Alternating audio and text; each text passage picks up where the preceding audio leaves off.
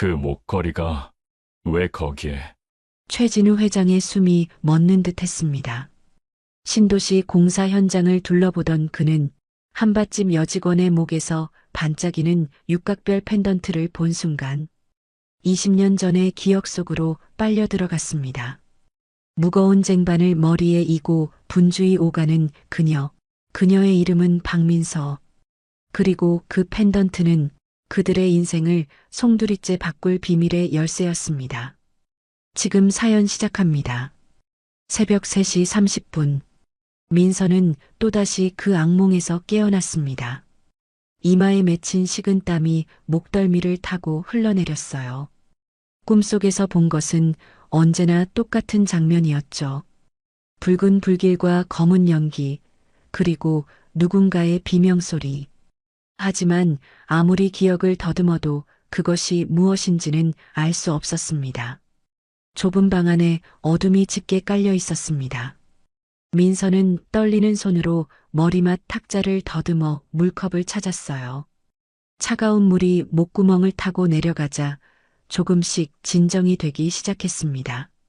창밖에서 들려오는 새벽 바람 소리가 유난히 쓸쓸하게 느껴졌죠. 옆방에서 이모의 기침 소리가 들려왔습니다. 한두 번이 아니라 연거푸 이어지는 마른 기침이었어요. 민서는 벌떡 일어나 이모 방문을 조심스럽게 두드렸습니다. 이모, 괜찮으세요? 대답 대신 또 기침 소리만 들려왔어요. 민서는 문을 열고 들어가 이모 머리맡에 놓인 약통을 집어들었습니다. 고혈압약, 당뇨약, 그리고 최근에 추가된 천식약까지. 73살인 이모의 건강은 날로 나빠지고 있었죠. 물 좀 드릴게요. 민서가 부엌에서 미지근한 물을 가져와 이모에게 건넸습니다. 김정숙은 떨리는 손으로 컵을 받아 천천히 마셨어요. 희미한 달빛에 비친 이모의 얼굴은 종이처럼 하얗게 보였습니다. 4시가 되자 민서는 공사장 한바집으로 출근할 준비를 시작했습니다. 낡은 앞치마를 두르고 머리를 단정하게 묶었어요. 목에 걸린 육각별 모양의 오르골 펜던트가 움직일 때마다 작게 딸랑거리는 소리를 냈습니다. 20년 동안 한 번도 빼본 적 없는 목걸이였죠.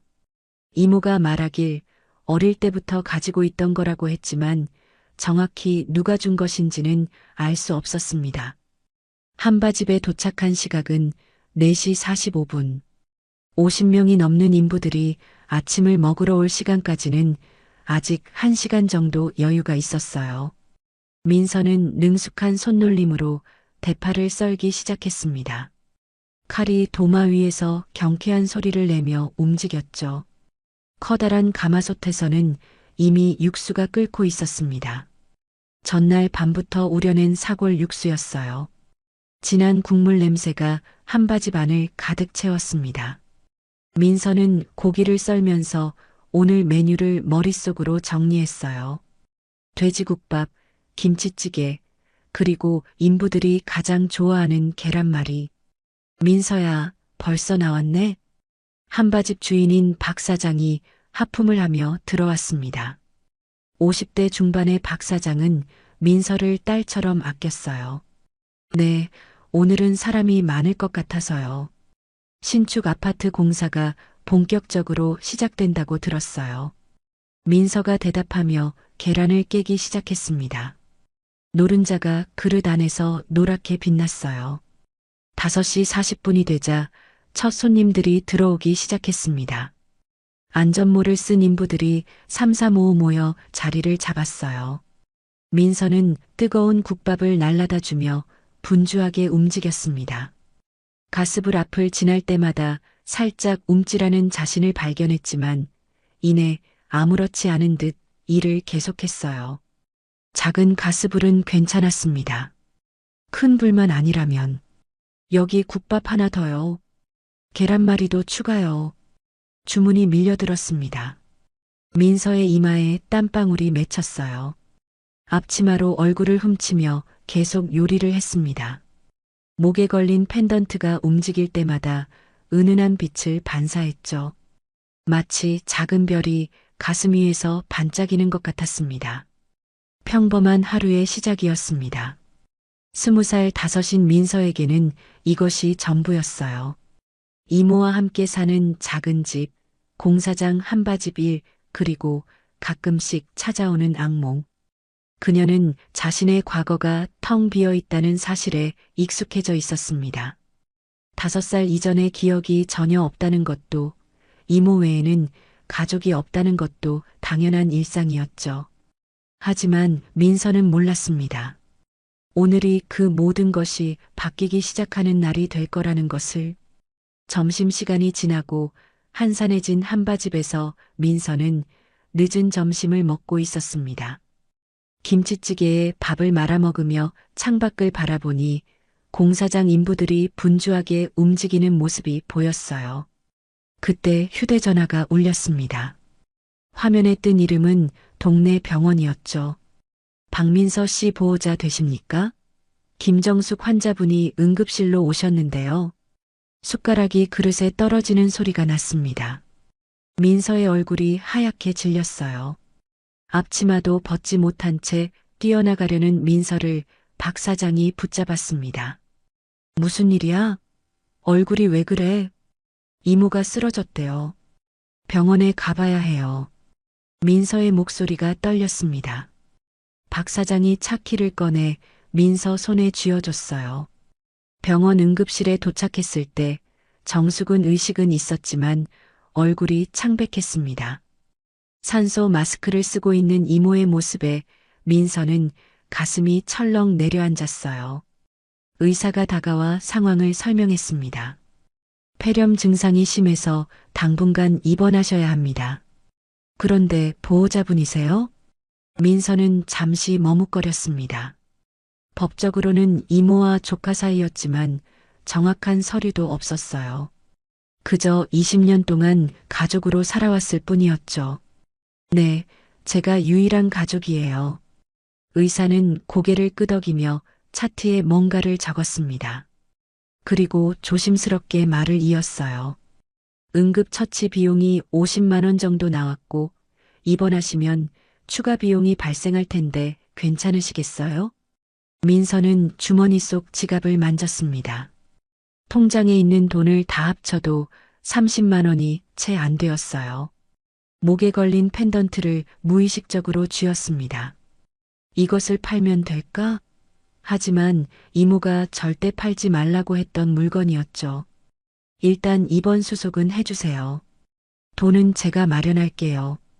병실로 옮겨진 정숙은 민서의 손을 꼭 잡았습니다.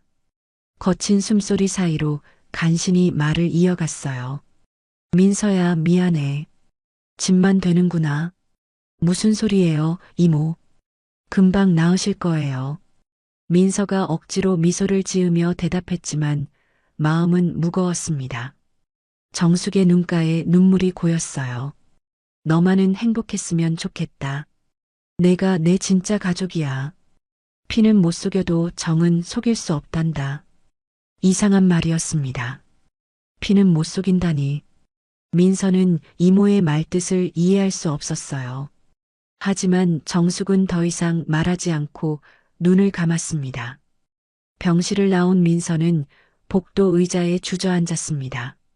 어떻게 돈을 마련해야 할지 막막했어요. 그때 맞은편 병실에서 누군가 나오는 소리가 들렸습니다.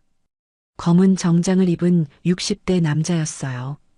최진우였지만 민서는 그가 누구인지 알 리 없었죠. 진우는 심장 정기 검진을 받고 나오는 길이었습니다. 복도에 앉아있는 젊은 여자의 모습이 눈에 들어왔어요. 울먹이는 표정이 딸이 세상을 떠났을 때의 자신과 겹쳐 보였습니다. 그는 잠시 망설이다가 그냥 지나쳤어요. 남의 일에 관여할 여유가 없었으니까요. 민서는 이모의 가방을 정리하다가 오래된 신문 스크랩을 발견했습니다. 누렇게 바랜 종이에는 2005년 7월 15일자 기사가 있었어요. 강남 별장 화재로 일가족 사망이라는 제목이었죠.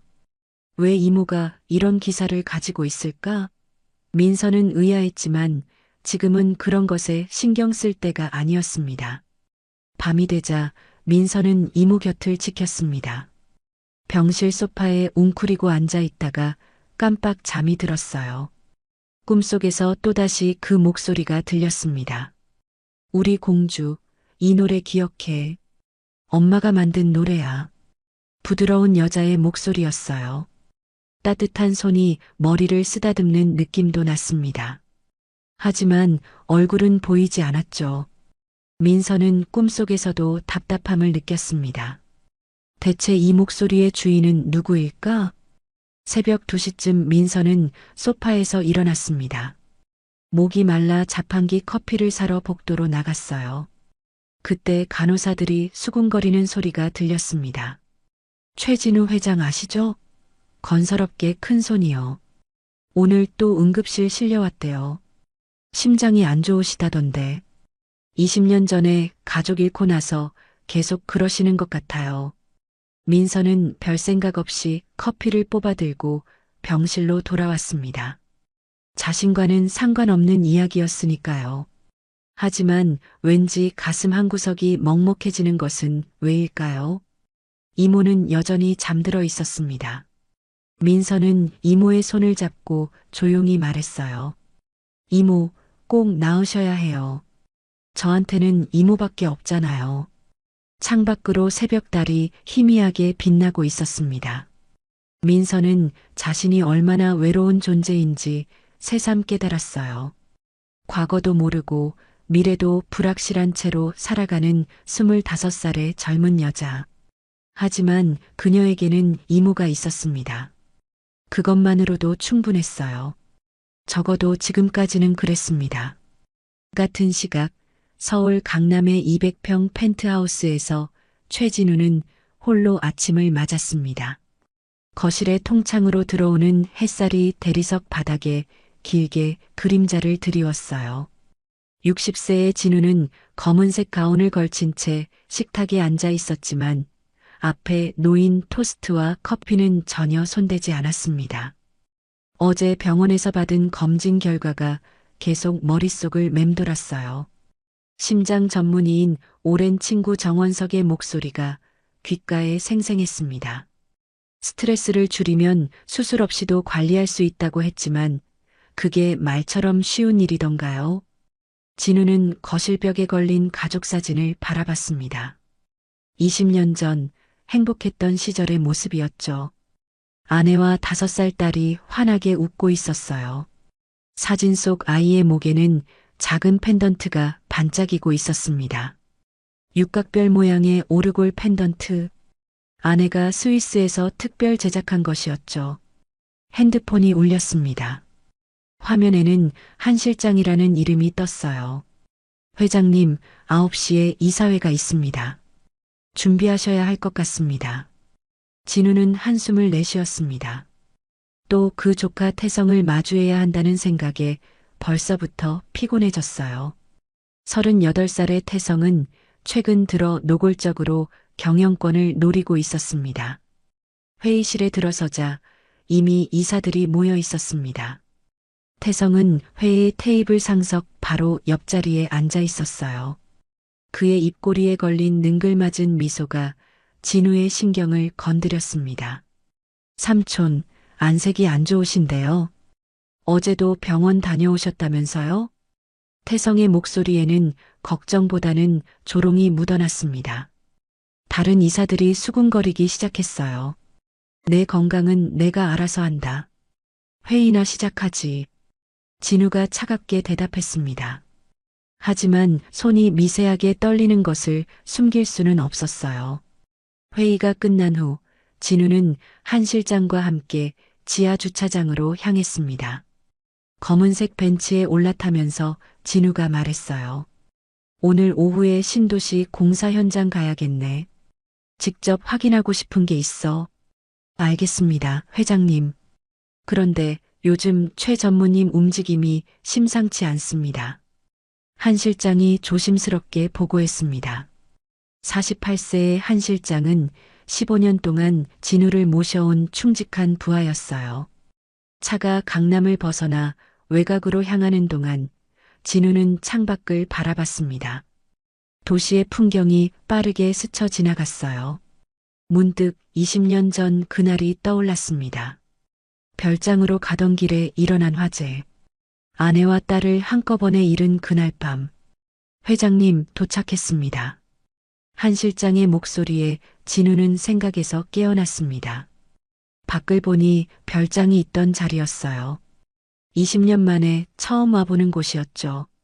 폐허가 된 건물 잔해 사이로 잡초만 무성하게 자라 있었습니다. 진우는 차에서 내려 천천히 걸었습니다. 발밑에서 깨진 타일 조각이 바스락거렸어요. 가슴이 조여오기 시작했습니다. 숨이 가빠지고 시야가 흐릿해졌어요. 회장님, 한 실장이 달려와 진우를 부축했습니다. 진우는 가슴을 부여잡고 헐떡였어요. 심장이 불규칙하게 뛰고 있었습니다. 괜찮아. 잠시만 쉬면 돼. 진우가 억지로 말했지만 얼굴은 창백했습니다. 한 실장은 재빨리 차에서 물을 가져왔어요. 잠시 후 진정을 되찾은 진우는 주변을 둘러봤습니다. 그때 무언가가 눈에 들어왔어요. 잔에 더미 사이에서 반짝이는 것이 있었습니다. 가까이 가서 보니 작은 금속 조각이었어요. 자세히 들여다보니 오르골 부품처럼 보였습니다. 진우는 떨리는 손으로 그것을 집어들었습니다. 분명 딸의 펜던트 일부였어요. 20년이 지났는데도 아직 여기 남아 있었다니. 눈물이 흐르기 시작했습니다. 그날 CCTV가 왜 고장났을까? 진우가 혼잣말처럼 중얼거렸습니다. 한 실장이 대답했어요.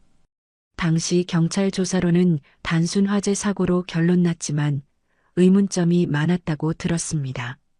태성 아버지가 그날 근처에 있었다는 얘기를 들은 적이 있어. 동생이지만 늘 나를 질투했으니까. 진우의 목소리가 낮아졌습니다. 오래전 의심이 다시 고개를 들었어요. 서재로 돌아온 진우는 금고를 열었습니다. 그 안에는 빨간 벨벳 상자가 있었어요. 조심스럽게 열자 오르골 펜던트가 나타났습니다. 딸이 가지고 있던 것과 한 쌍으로 만든 것이었죠. 육각별 모양의 뚜껑을 열자 아내가 작곡한 멜로디가 흘러나왔습니다. 그 순간 진우는 깨달았습니다. 자신에게 남은 시간이 많지 않다는 것을, 진실을 밝혀야 한다는 것을, 그리고 혹시라도 딸이 살아있다면 찾아야 한다는 것을. 창밖으로 어둠이 내리기 시작했습니다. 진우는 펜던트를 가슴에 품고 의자에 기댄 채 눈을 감았어요.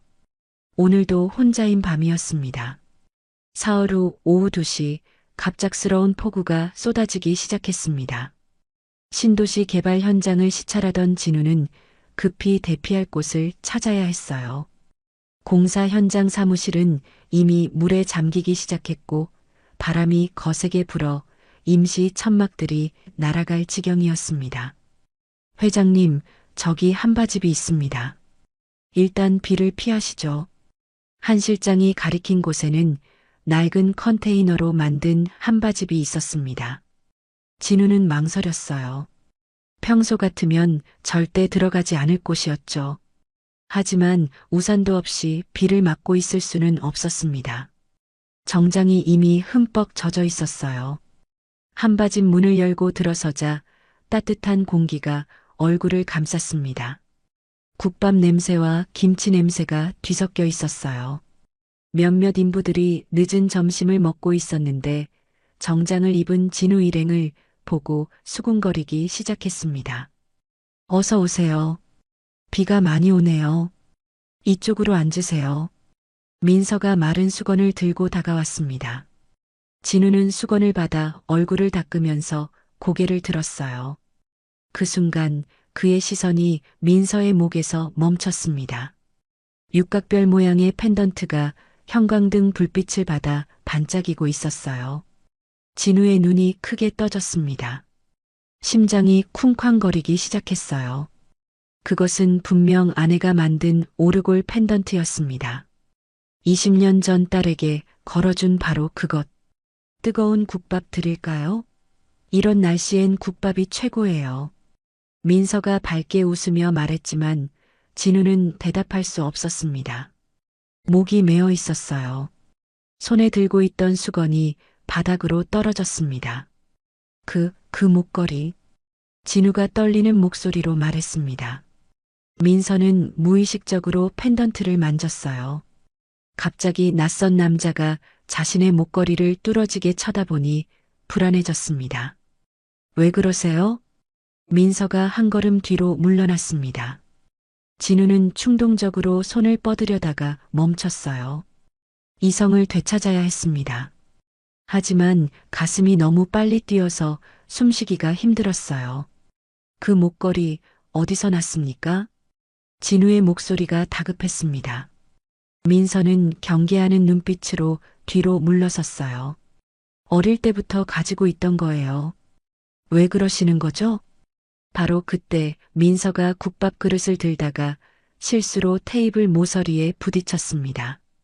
그릇이 기울어지면서 뜨거운 국물이 쏟아질 뻔했어요. 진우가 반사적으로 일어나 민서를 잡아당겼습니다. 그 충격으로 민서의 펜던트가 특정 각도로 기울어지면서 뚜껑이 살짝 열렸어요. 맑은 멜로디가 흘러나왔습니다. 아내가 작곡한 자장가였어요. 진우는 그 자리에 얼어붙었습니다. 의심이 확신으로 변하는 순간이었죠. 엄마가 만든 노래야. 진우가 무의식적으로 중얼거렸습니다. 민서는 놀란 눈으로 진우를 바라봤어요. 이 남자가 어떻게 이 멜로디를 아는 걸까요? 펜던트는 다시 닫혔고 음악도 멈췄습니다. 회장님, 괜찮으십니까? 한 실장이 진우를 부축했습니다. 진우의 얼굴은 창백했고 이마에는 식은 땀이 맺혀 있었어요. 다리가 후들거려서 제대로 서 있을 수가 없었습니다. 민서는 당황해서 뒤로 물러났습니다. 한바지 반의 모든 사람들이 이상한 눈빛으로 쳐다보고 있었어요. 박 사장이 주방에서 나와 상황을 파악하려 했습니다. 무슨 일이야, 민서야? 잘 모르겠어요. 이분이 갑자기. 민서가 대답하려는 순간 진우가 간신히 정신을 차리고 말했습니다. 죄송합니다. 제가 실수를. 하지만 그의 시선은 여전히 민서의 펜던트에 고정되어 있었어요. 20년 동안 찾아 헤맸던 것이 바로 눈앞에 있었습니다. 하지만 이 젊은 여자는 누구일까요? 정말 자신의 딸일까요? 회장님, 일단 나가시죠. 한 실장이 진우를 부축해서 밖으로 나갔습니다. 비는 여전히 쏟아지고 있었지만 진우는 비를 맞는 것도 느끼지 못했어요. 머릿속이 하얗게 변해 있었습니다. 민서는 한바집 문 앞에서 그들이 떠나는 것을 지켜봤습니다. 가슴이 이상하게 두근거렸어요. 그 남자의 눈빛에는 간절함과 슬픔이 가득했습니다. 마치 오랜 시간 무언가를 찾아 헤맨 사람 같았어요. 차에 오른 진우는 한 실장에게 명령했습니다. 그 여자 조사해. 이름, 나이, 가족관계, 모든 것을 알아내. 무슨 일이신지 여쭤봐도 될까요? 한 실장이 조심스럽게 물었습니다. 진우는 떨리는 손으로 가슴 주머니에서 사진을 꺼냈어요. 20년 전 가족 사진이었습니다. 사진 속 5살 딸의 목에도 똑같은 펜던트가 걸려 있었죠. 이 펜던트는 세상에 단 2개뿐이야. 하나는 내 금고 안에, 또 하나는. 진우의 목소리가 떨렸습니다. 한 실장도 이제 상황을 이해했어요. 놀란 표정으로 진우를 바라봤습니다. 설마 그 여자가. 확실하지 않아. 하지만 가능성이 있어. 철저히 조사해. 그리고 비밀로 해. 진우는 창밖을 바라봤습니다. 빗물이 유리창을 타고 흘러내리고 있었어요. 마치 그의 눈물처럼. 공사장을 떠나는 차 안에서 진우는 계속 그 멜로디를 떠올렸습니다. 아내가 만든 자장가, 딸이 가장 좋아했던 노래, 그리고 방금 들은 그 선율. 모든 것이 일치했어요. 한편 민서는 한바집 구석에 앉아 펜던트를 만지작거렸습니다. 왜 그 남자는 이렇게 충격을 받은 걸까요? 그리고 어떻게 이 멜로디를 알고 있었을까요? 불안한 예감이 들기 시작했습니다. 뭔가 큰일이 일어날 것 같은 느낌이었어요. 다음 날 아침 8시, 한 실장은 진우의 서재에 조사 파일을 들고 들어왔습니다. 진우는 밤새 한숨도 자지 못한 듯 눈가가 붓고 수염이 덥수룩했어요. 책상 위에는 빈 위스키 잔과 가족 앨범이 펼쳐져 있었습니다. 회장님, 박민서에 대한 기초조사를 마쳤습니다. 한 실장이 파일을 내밀었습니다. 진우는 떨리는 손으로 서류를 받아들었어요. 첫 장을 넘기자 민서의 주민등록 정보가 나왔습니다. 25살, 2000년생. 하지만 이상한 점이 있습니다. 한 실장이 특정 부분을 가리켰습니다. 진우의 눈이 커졌어요. 5살 이전 기록이 전혀 없다고? 네, 2005년부터 갑자기 주민등록이 생성됐습니다. 김정숙 씨의 조카로 등록되어 있는데 출생증명서나 병원 기록은 찾을 수 없었습니다. 진우는 의자에 깊이 몸을 묻었습니다. 2005년, 딸이 사라진 바로 그 해였어요. 너무나 정확한 시기의 일치가 우연일까요? 아니면 운명일까요? 김정숙이라는 사람은 73살 현재 병원에 입원 중입니다. 20년 전까지는 한 실장이 잠시 말을 멈췄다가 이어갔습니다. 별장 청소 용역업체 직원이었습니다. 화재 사건 직후 퇴사하고 서울로 올라와 작은 식당을 했다가 지금은 조카와 단둘이 살고 있습니다. 진우의 손이 떨리기 시작했습니다. 별장 청소 용역업체라니.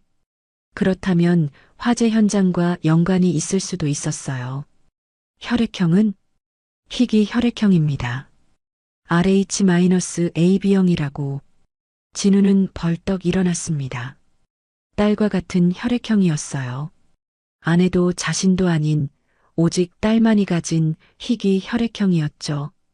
할아버지로부터 격세 유전된 것이었습니다. 한편 민서는 병원에서 이모 곁을 지키고 있었습니다. 정숙의 상태는 조금씩 호전되고 있었지만 여전히 산소호흡기를 달고 있었어요. 민서는 이모의 손을 잡고 조용히 말했습니다. 이모, 어제 이상한 일이 있었어요. 어떤 아저씨가 제 펜던트를 보고 정숙의 눈꺼풀이 파르르 떨렸습니다.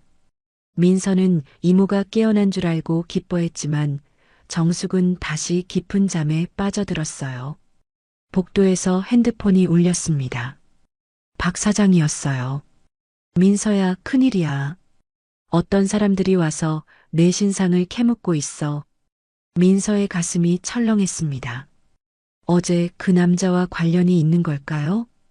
누군데요? 잘 모르겠는데 돈 많아 보이는 사람들이야. 내가 언제부터 여기 살았는지, 가족은 누구인지 계속 물어봐. 민서는 불안해졌습니다. 왜 갑자기 자신을 조사하는 걸까요? 무언가 숨겨진 과거가 있는 걸까요? 진우의 회사 사무실에서는 긴급 회의가 열리고 있었습니다. 태성이 주도하는 이사회였어요. 삼촌, 요즘 회사 일은 제쳐두고 어디 다니시는 것 같던데요? 태성의 목소리에는 비아냥이 묻어났습니다. 다른 이사들도 수군거렸어요. 그게 너와 무슨 상관이지? 진우가 차갑게 대답했지만 피곤한 기색이 역력했습니다. 회사 대표가 개인적인 일에만 빠져 있으면 주주들이 뭐라고 하겠습니까? 태성이 압박했습니다. 진우는 주먹을 꽉 쥐었어요. 하지만 지금은 태성과 싸울 때가 아니었습니다. 더 중요한 일이 있었으니까요. 회의가 끝난 후 한 실장이 추가 정보를 가져왔습니다. 동네 주민들 증언을 들어보니 김정숙 씨가 20년 전 갑자기 어린 조카를 데리고 나타났다고 합니다. 아이는 말을 잘하지 못했고 불을 무서워했다고 해요. 진우의 심장이 빠르게 뛰었습니다. 화재 트라우마. 모든 정황이 들어맞고 있었어요. 하지만 회장님, 섣불리 움직이시면 안 됩니다. 한 실장이 조언했습니다. 무슨 말이지? 만약 그 여자가 정말 따님이라면 20년 동안 다른 삶을 살아왔습니다. 갑작스러운 접근은 오히려 역효과를 낼 수 있어요. 진우는 창밖을 바라봤습니다. 한 실장의 말이 맞았어요. 증거도 확실하지 않은 상태에서 섣부른 행동을 할 수는 없었습니다. 그리고 한 가지 더 있습니다. 한 실장이 다른 서류를 꺼냈습니다. 최 전무님 비서가 한바집 근처에서 목격됐습니다. 혹시 최 전무님도 뭔가 눈치챈 것 같습니다. 진우의 얼굴이 굳어졌습니다. 태성이 개입하면 일이 복잡해질 것이 분명했어요. 그는 항상 진우의 약점을 노리고 있었으니까요. 저녁 무렵 민서는 한바집으로 돌아왔습니다. 하지만 평소와 달리 주변을 계속 살피게 되었어요. 누군가 자신을 감시하는 것 같은 느낌이 들었습니다. 펜던트를 옷 속에 넣고 감추었지만 불안감은 사라지지 않았어요. 집에 돌아온 민서는 이모 방을 뒤지기 시작했습니다. 자신의 과거에 대한 단서를 찾고 싶었어요. 오래된 상자를 열자 빛바랜 사진 한 장이 나왔습니다. 어린 자신이 이모와 함께 찍은 사진이었는데 배경이 낯설었어요. 커다란 저택 앞이었습니다. 사진 뒤에는 작은 글씨로 날짜가 적혀 있었습니다. 2005년 8월. 자신이 5살 때였어요.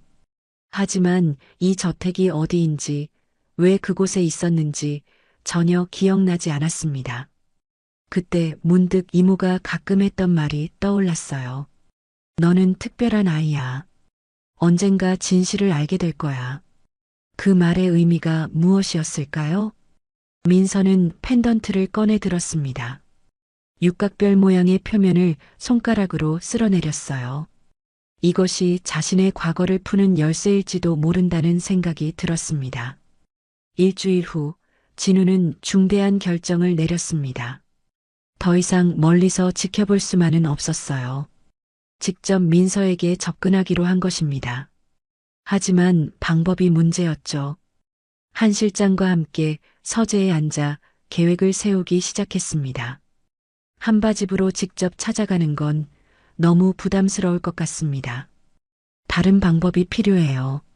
한 실장이 신중하게 말했습니다. 진우는 손가락으로 책상을 두드리며 생각에 잠겼어요. 그때 문득 좋은 생각이 떠올랐습니다. 본사 구내식당 헤드 셰프 자리가 공석이지? 네, 지난달에 퇴사하신 후로 아직 충원하지 못했습니다. 그 자리로 스카우트하면 어떨까? 파격적인 조건으로. 한 실장은 잠시 생각하다가 고개를 끄덕였습니다. 자연스럽게 가까이 둘 수 있는 좋은 방법이었어요. 다음 날 아침, 한 실장은 직접 한바집을 찾아갔습니다. 민서는 평소처럼 요리를 하고 있었어요. 한 실장이 들어서자 밝게 인사했습니다. 어서 오세요. 뭐 드실 거예요? 박민서 씨죠? 제안 드릴 것이 있어서 왔습니다. 한 실장이 명함을 내밀었습니다. 진우건설 비서실장이라는 직함이 적혀 있었어요. 민서의 표정이 경직됐습니다. 며칠 전 그 남자와 관련이 있는 걸까요? 저희 회사 구내식당에서 일해보실 생각 없으세요?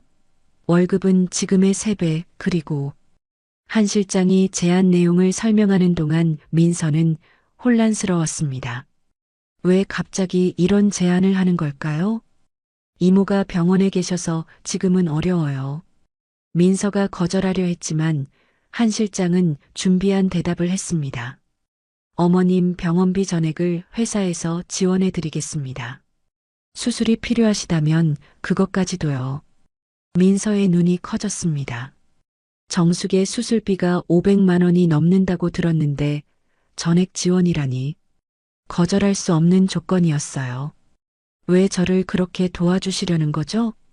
회장님께서 우연히 박민서 씨 요리를 드셔보고 감탄하셨다고 합니다. 실력 있는 사람을 모시는 거죠. 한 실장의 대답은 매끄러웠지만 민서는 뭔가 석연치 않았습니다. 하지만 이모를 생각하면 거절할 수 없었어요. 병원으로 돌아간 민서는 정숙에게 이 제안에 대해 이야기했습니다. 정숙은 진우건설이라는 이름을 듣자 얼굴이 창백해졌어요. 안 돼. 그런 곳은 가면 안 돼. 정숙이 떨리는 목소리로 말했습니다. 민서는 놀랐어요. 이모가 이렇게 격하게 반응하는 것은 처음이었습니다. 왜요, 이모? 병원비도 대준다는데. 큰 회사 사람들은 믿으면 안 돼. 내가 다칠 수도 있어. 정숙의 눈에 눈물이 고였습니다. 하지만 더 이상 말할 힘이 없었어요. 기침이 시작되면서 호흡이 가빠졌습니다. 민서는 결국 제안을 받아들이기로 했습니다. 이모의 치료비를 마련할 다른 방법이 없었으니까요. 며칠 후 그녀는 작은 가방 하나를 들고 진우건설 본사 앞에 섰습니다. 50층 높이의 거대한 빌딩이 하늘을 찌를 듯 솟아 있었어요. 민서는 위를 올려다보다가 현기증을 느꼈습니다. 자신이 이런 곳에서 일하게 될 거라고는 상상도 못했죠. 박민서 씨 오셨군요. 한 실장이 로비에서 기다리고 있었습니다. 엘리베이터를 타고 35층 구내식당으로 올라가는 동안 민서의 귀가 먹먹해졌어요. 구내식당은 호텔 레스토랑처럼 화려했습니다. 대리석 바닥과 크리스털 조명, 그리고 통창으로 보이는 서울 전경이 압도적이었어요. 주방도 최신 설비로 가득했습니다. 여기가 앞으로 일하실 곳입니다. 기존 조리 팀원들도 곧 인사드릴 거예요. 하지만 기존 직원들의 시선은 차가웠습니다. 갑작스럽게 나타난 젊은 여자가 헤드 셰프라니 낙하산이 분명하다고 수군거렸어요. 뭘 만들 줄이나 아는지 보자. 중년의 부주방장이 비아냥거렸습니다. 민서는 주눅 들지 않고 앞치마를 묶었어요. 자신의 실력으로 증명하면 되는 것이었습니다. 첫 메뉴로 민서는 간단한 김치찌개를 만들었습니다. 하지만 그것은 평범한 김치찌개가 아니었어요. 20년 동안 이모에게 배운 비법이 담긴 특별한 맛이었죠. 직원들이 한 숟가락 맛보고는 놀란 표정을 지었습니다. 이게 어떻게... 부주방장도 할 말을 잃었습니다. 단순한 김치찌개인데 이렇게 깊은 맛이 날 수가 있을까요? 점심시간, 진우는 일부러 구내식당으로 내려왔습니다. 멀리서 민서가 일하는 모습을 지켜봤어요. 딸이 살아있다면 저런 모습일까? 가슴이 먹먹해졌습니다. 민서가 만든 음식을 먹어보니 더욱 놀라웠습니다. 아내가 만들던 음식과 비슷한 손맛이 느껴졌어요. 특히 계란말이를 만드는 방식이 똑같았습니다. 아내만의 독특한 방법이었는데 말이죠. 맛있네요. 진우가 지나가듯 말하고 자리를 떴습니다. 민서는 그 남자가 왜 자신을 쳐다보는지 이해할 수 없었어요. 시선이 마주칠 때마다 이상한 감정이 느껴졌습니다. 슬픔과 그리움이 섞인 듯한 눈빛이었죠. 퇴근 후 민서는 회사가 마련해준 작은 원룸에 짐을 풀었습니다. 펜던트를 빼고 테이블 위에 올려놨어요.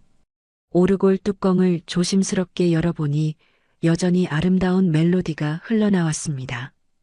왜 이 음악을 들으면 마음이 아플까요? 기억나지 않는 무언가가 가슴 깊은 곳에서 울리는 것 같았습니다. 한편 태성은 자신의 사무실에서 보고를 받고 있었습니다. 삼촌이 이상한 여자를 회사로 데려왔다고요? 네, 한바집에서 일하던 젊은 여자입니다. 파격적인 조건으로 스카우트했다고 하는데 태성의 눈이 날카로워졌습니다. 삼촌이 이유 없이 그럴 리 없었어요. 분명 뭔가 있을 것입니다. 한 실장은 20년 전 화재 사건의 진실을 파헤치기 위해 은밀히 움직이기 시작했습니다. 퇴직한 소방관 김영수를 찾아간 것은 어느 흐린 목요일 오후였어요. 60대 중반의 김영수는 경기도 외곽의 작은 집에서 혼자 살고 있었습니다. 20년 전 강남 별장 화재 사건을 기억하시나요? 한 실장이 조심스럽게 물었습니다. 김영수의 얼굴이 순간 굳어졌어요. 담배를 피우던 손이 멈췄습니다. 왜 갑자기 그 얘기를? 진실을 알아야 할 사람이 있습니다. 김영수는 한참을 망설이다가 집 안으로 한 실장을 안내했습니다. 먼지 쌓인 서랍에서 낡은 파일을 꺼내왔어요. 당시 현장 사진과 보고서가 들어 있었습니다. 발화지점이 두 곳이었어요. 거실과 2층 서재. 스프링클러는 사전에 차단되어 있었고요. 김영수가 사진을 가리키며 설명했습니다. 한 실장의 눈이 커졌어요. 그럼 방화란 말씀이신가요? 명백한 방화였죠. 하지만 위에서 단순 화재 사고로 처리하라고 압력이 들어왔어요. 거부했다가 저는 조기 퇴직당했습니다. 김영수의 목소리에는 씁쓸함이 묻어났습니다. 20년이 지났지만 여전히 그날의 분노가 남아 있었어요. 누가 압력을 넣었는지 아시나요? 당시 경찰 고위층과 연결된 사람이었어요. 최진우 회장의 동생, 최태성 전무의 아버지 말입니다. 한 실장은 숨을 멈췄습니다. 예상은 했지만 직접 확인하니 충격이었어요. 김영수가 다른 사진 한 장을 꺼냈습니다. 그날 밤 현장 근처에서 찍힌 CCTV 화면이에요. 검은 옷을 입은 남자 둘이 별장에서 나오는 게 보이죠? 흐릿했지만 분명 두 사람의 실루엣이 보였습니다. 한 실장은 사진을 받아들고 자세히 들여다봤어요. 한편 회사에서는 민서가 조금씩 적응해가고 있었습니다. 직원들도 그녀의 실력을 인정하기 시작했어요. 특히 그녀가 만든 특별 메뉴는 매일 완판되었죠. 어느 날 점심시간, 진우는 민서와 자연스럽게 대화를 나누게 되었습니다. 요리는 어디서 배우셨나요? 진우가 물었습니다. 민서는 수줍게 웃었어요. 이모한테 배웠어요. 어릴 때부터요. 부모님은? 민서의 표정이 어두워졌습니다. 잘 모르겠어요. 기억이 없어서. 진우의 가슴이 아팠습니다. 딸도 부모를 기억하지 못할 거예요.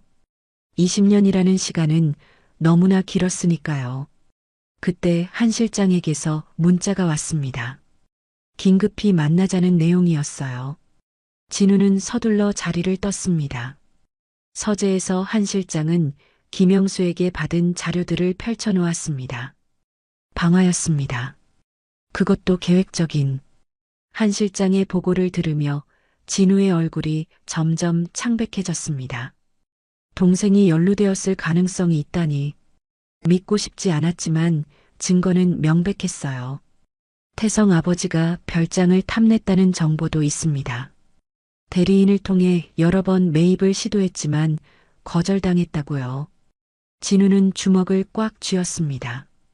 그렇다면 아내와 딸은 욕심 때문에 희생된 것일까요? 저녁 무렵 별장 관리인이었던 박 노인의 아내를 찾아갔습니다.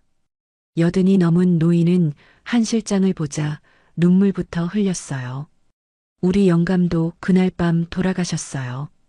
불을 끄려다가 혹시 이상한 점은 없으셨나요? 노인은 고개를 끄덕였습니다. 그날 낮에 수상한 남자 둘이 별장 주변을 어슬렁거렸어요. 검은 옷을 입고 있었죠. 영감이 쫓아냈는데 밤에 다시 온 것 같아요. 모든 퍼즐이 맞춰지고 있었습니다. 한 실장은 조심스럽게 물었어요. 그 사람들 얼굴을 기억하시나요? 한 명은 젊었는데 최 회장님 동생 닮았어요. 그때도 그렇게 생각했는데 한 실장은 더 들을 필요가 없었습니다.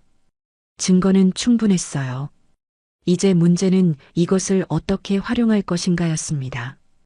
회사로 돌아온 한 실장은 추가 조사를 지시했습니다.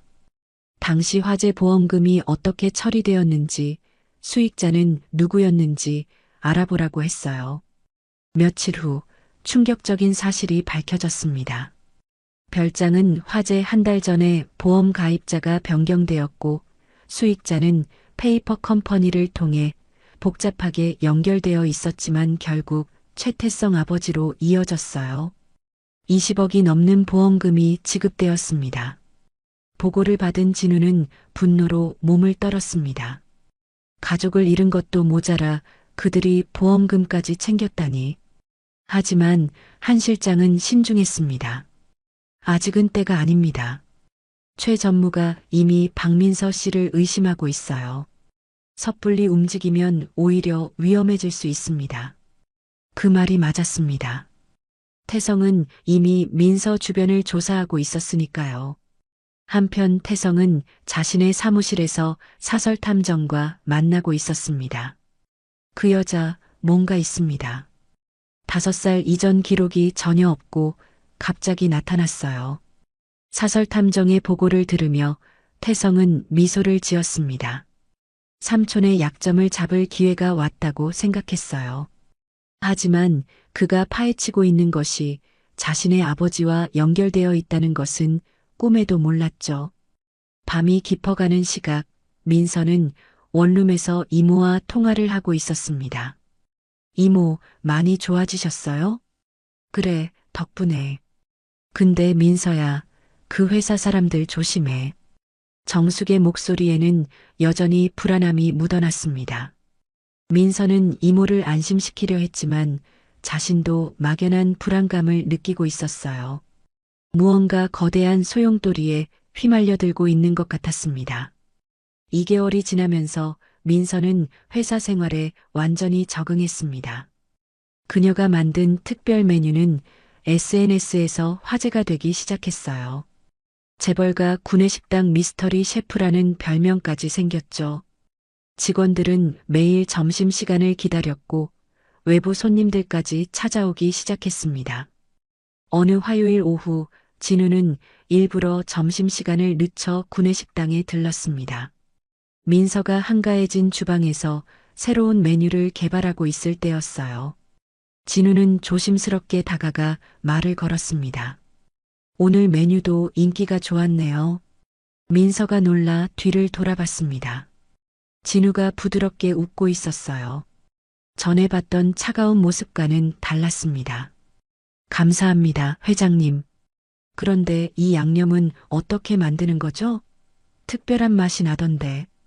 진우가 민서가 만들고 있던 소스를 가리켰습니다. 민서는 수줍게 설명했어요. 이모가 가르쳐준 비법이에요. 된장에 사과를 갈아 넣고 하루 숙성시키는 거예요. 진우의 눈이 흔들렸습니다. 아내도 똑같은 방법을 썼거든요. 시어머니에게 배웠다고 자랑스러워했던 기억이 생생했습니다. 며칠 후 회사 체육대회가 열렸습니다.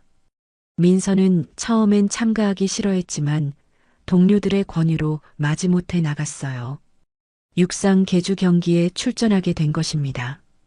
총성이 울리자 민서는 바람처럼 달리기 시작했습니다. 모든 사람이 놀랐어요. 구내식당에서 조용히 일하던 그녀가 이렇게 빨리 달릴 줄은 몰랐으니까요. 결승선을 1등으로 통과한 민서는 숨을 헐떡이며 웃었습니다. 진우는 관중석에서 그 모습을 지켜보며 가슴이 뭉클해졌습니다. 딸도 달리기를 잘했어요. 유치원 운동회에서 항상 1등을 했던 기억이 떠올랐죠. 유전자는 속일 수 없는 걸까요? 박민서 씨 대단하네요. 동료들이 민서를 둘러싸고 축하했습니다. 민서는 행복해 보였어요. 회사에 와서 처음으로 진정한 소속감을 느끼는 순간이었죠. 다음 주 월요일 민서가 요리하다가 칼에 손을 베는 사고가 일어났습니다. 깊은 상처는 아니었지만 피가 많이 났어요. 마침 구내식당을 지나가던 진우가 그 장면을 목격했습니다. 이리 와보세요. 진우가 민서의 손을 잡고 의무실로 데려갔습니다. 그리고 직접 상처를 소독하고 붕대를 감아줬어요. 민서는 당황했습니다. 회장이 직접 이런 일을 하다니. 조심해야죠. 손은 요리사의 생명인데. 진우의 목소리가 따뜻했습니다. 민서는 처음으로 이 남자에게서 아버지 같은 느낌을 받았어요. 이상하게 편안하고 포근한 기분이었습니다. 감사합니다. 민서가 작게 말했습니다. 진우는 민서의 머리를 쓰다듬고 싶은 충동을 간신히 참았어요. 아직은 안 됩니다. 천천히 조심스럽게 다가가야 했으니까요. 어느 날 민서가 쉬는 시간에 그림을 그리고 있는 것을 한 실장이 발견했습니다. 종이 위에 연필로 스케치한 것들이었는데 꽃과 나무 그리고 추상적인 무늬들이었어요. 그림도 그리시네요. 한 실장이 감탄했습니다. 그리고 그 그림들을 자세히 보다가 놀라운 발견을 했어요. 그림체가 고인이 된 회장 부인과 너무나 비슷했던 것입니다. 특히 꽃잎을 그리는 방식이 판박이었죠. 한 실장은 조심스럽게 그림 한 장을 빌려 진우에게 보여줬습니다. 진우는 그림을 보자마자 의자에서 일어났어요. 이건 정말 말을 잇지 못했습니다. 아내가 그렸던 그림들과 너무나 똑같았어요. 필체도 구도도 심지어 서명하는 위치까지 비슷했습니다. 며칠 후 진우는 민서에게 특별한 제안을 했습니다. 요리 실력을 더 키우고 싶지 않나요? 스위스에 좋은 요리 학교가 있는데. 민서는 놀랐습니다. 스위스 유학이라니 꿈도 꾸지 못했던 일이었어요. 저는 이모를 두고 갈 수 없어요. 어머님도 함께 모시고 가면 됩니다. 그곳에 좋은 병원도 있으니까요. 진우의 제안은 파격적이었습니다. 하지만 민서는 망설였어요. 뭔가 과한 친절 같았습니다. 생각해 보겠습니다. 그날 저녁 민서는 이모를 만나러 병원에 갔습니다. 정숙의 상태는 많이 호전되어 일반 병실로 옮겨진 상태였어요. 이모 회사에서 스위스 유학을 보내준대요. 민서가 조심스럽게 말했습니다. 정숙의 얼굴이 또다시 창백해졌어요. 안 돼. 절대 안 돼. 그 사람들이 왜 너한테 그렇게 잘해주겠니? 그냥 제 실력을 인정해주는 거 아닐까요? 민서가 대답했지만 정숙은 고개를 저었습니다. 무언가 알고 있는 듯 했지만 말하지 않았어요. 한편 태성은 사설 탐정으로부터 흥미로운 보고를 받았습니다. 박민서가 삼촌과 꽤 가까워진 것 같습니다. 함께 장 보는 모습도 목격됐고요. 태성은 턱을 괴고 생각에 잠겼습니다. 삼촌이 단순히 젊은 여자에게 관심을 보이는 걸까요? 아니면 다른 이유가 있는 걸까요? 계속 감시해. 그리고 그 여자 과거를 더 파헤쳐봐. 주말 오후 진우는 민서와 함께 시장에 갔습니다. 구내식당에 쓸 재료를 직접 고르러 간 것이었어요. 민서는 능숙하게 야채와 생선을 골랐고 진우는 그 모습을 흐뭇하게 바라봤습니다. 이 배추가 더 싱싱해요. 잎이 단단하거든요. 민서가 설명하는 것을 들으며 진우는 미소를 지었습니다. 이런 평범한 일상이 얼마나 그리웠던지 가족과 함께했던 소소한 순간들이 떠올랐어요. 시장 상인이 민서를 보고 반갑게 인사했습니다. 민서야, 오랜만이네. 이모는 좀 어떠시니? 많이 좋아지셨어요, 아주머니. 진우는 민서가 이곳에서 오래 살았다는 것을 실감했습니다. 20년 동안 이런 평범한 삶을 살아왔구나. 놓쳐버린 시간이 아쉬웠지만 지금이라도 함께할 수 있어서 감사했어요. 회사 건강검진 날이 밝았습니다. 모든 직원이 의무적으로 받아야 하는 연례 검진이었어요. 민서도 아침 일찍 병원으로 향했습니다. 진우는 일부러 같은 시간대에 검진을 예약했죠. 멀리서라도 민서를 지켜보고 싶었던 것입니다. 엑스레이 촬영을 기다리던 민서는 탈의실에서 검진복으로 갈아입었습니다. 그때 간호사가 어깨 뒤쪽을 가리키며 물었어요. 여기 화상 흉터가 있네요. 언제 다치셨어요? 민서는 고개를 돌려보려 했지만 위치상 볼 수 없었습니다. 잘 모르겠어요. 어릴 때부터 있었다고 들었는데. 간호사는 흉터를 자세히 살펴보며 차트에 기록했습니다. 나비 모양처럼 생긴 특이한 화상 자국이었어요. 복도에서 대기하던 진우는 한 실장에게서 문자를 받았습니다. 민서가 검진을 받는 동안 의료진에게 부탁해 머리카락 샘플을 채취하라는 내용이었어요. 진우는 망설였지만 결국 동의했습니다. 확실한 증거가 필요했으니까요. 검진이 끝난 후 민서가 사용한 종이컵이 조심스럽게 수거되었습니다. 컵 가장자리에 묻은 타액으로 DNA 검사를 하기 위해서였죠. 민서는 아무것도 모른 채 구내식당으로 돌아갔습니다. 사흘 후 진우는 서재에서 초조하게 전화를 기다리고 있었습니다. 오후 3시가 되자 한 실장이 봉투를 들고 들어왔어요. 진우의 손이 떨렸습니다. 20년 동안 기다려온 순간이었으니까요. 결과가 나왔습니다.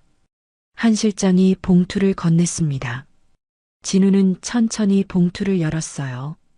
서류를 펼치자 맨 아래 줄에 굵은 글씨로 결과가 적혀 있었습니다. 친자 확률 99.9% 일치. 진우의 눈에서 뜨거운 눈물이 흘러내렸습니다.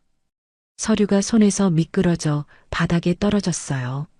한 실장도 감격스러운 표정이었습니다. 축하드립니다, 회장님. 정말 따님이 맞습니다. 진우는 두 손으로 얼굴을 감쌌습니다. 오열하기 시작했어요. 20년의 죄책감과 그리움이 한꺼번에 쏟아져 나왔습니다. 우리 딸이 살아있었어. 살아있었어. 진우가 흐느끼며 반복했습니다. 한 실장은 조용히 손수건을 건넸어요. 잠시 후 진정을 되찾은 진우는 창밖을 바라봤습니다. 구내식당이 있는 층이 보였어요. 저 안에 딸이 있습니다. 20년 만에 찾은 딸이. 이제 어떻게 하시겠습니까? 한 실장이 조심스럽게 물었습니다. 진우는 깊은 숨을 내쉬었어요. 아직은 말할 수 없어. 그 아이한테 충격을 줄 수는 없으니까. 진우는 딸이라고 부르고 싶은 마음을 간신히 억눌렀습니다. 민서가 받을 충격을 생각하니 마음이 무거웠어요. 그리고 태성이 눈치챘을지도 몰라. 조심해야 해. 한 실장이 고개를 끄덕였습니다. 실제로 태성은 이미 움직이고 있었어요. 같은 시각 태성의 사무실에서는 사설 탐정이 보고를 하고 있었습니다. 김정숙이라는 노인을 조사했습니다. 20년 전 별장 청소 용역업체에서 일했더군요. 태성의 눈이 번뜩였습니다. 별장이라니, 그것도 20년 전이라니. 시기가 너무 절묘했어요. 계속 말해봐. 화재 사건 직후에 갑자기 어린 조카를 데리고 나타났다고 합니다. 그 아이가 박민서입니다. 태성은 의자에서 벌떡 일어났습니다. 모든 퍼즐이 맞춰지는 순간이었어요. 삼촌이 왜 그 여자에게 집착하는지 이제 알 것 같았습니다. 설마 그 여자가 삼촌이. 태성은 말을 끝내지 못했습니다. 만약 그것이 사실이라면 회사 경영권이 완전히 뒤바뀔 수도 있었어요. 서둘러 대응해야 했습니다. 한편 민서는 정숙을 만나러 병원에 갔습니다. 정숙의 상태는 많이 좋아져서 곧 퇴원할 수 있을 것 같았어요. 이모, 오늘 건강검진 받았어요. 그런데 이상한 게 있더라고요. 민서가 어깨를 가리켰습니다. 정숙의 얼굴이 굳어졌어요. 화상 흉터가 있대요. 언제 다친 건지 기억 안 나는데 이모는 아세요? 정숙은 대답하지 못했습니다. 입술이 파르르 떨렸어요. 그 흉터는 20년 전 화재 현장에서 입은 상처였으니까요. 어릴 때 사고가 있었어. 너무 어려서 기억 못하는 거야. 정숙이 간신히 대답했습니다. 민서는 뭔가 이상함을 느꼈지만 더 묻지 않았어요. 저녁 무렵 진우는 금고에서 아내의 유품을 꺼냈습니다. 그 중에는 딸의 의료 기록이 있었어요. 5살 때 왼쪽 어깨에 나비 모양 화상을 입었다는 기록이 선명했습니다. 놀이터에서 넘어져 뜨거운 그네 체인에 닿았던 사고였죠. 진우는 사진을 한 장 꺼냈습니다. 해변에서 찍은 가족 사진이었어요. 딸의 어깨에 반창고가 붙어 있는 것이 보였습니다. 바로 그 화상 치료를 받던 때였죠. 이제 확실해. 민서가 우리 수진이야. 진우가 혼잣말로 중얼거렸습니다. 수진. 20년 만에 입 밖으로 내는 딸의 이름이었어요. 다음 날 아침, 진우는 구내식당으로 갔습니다.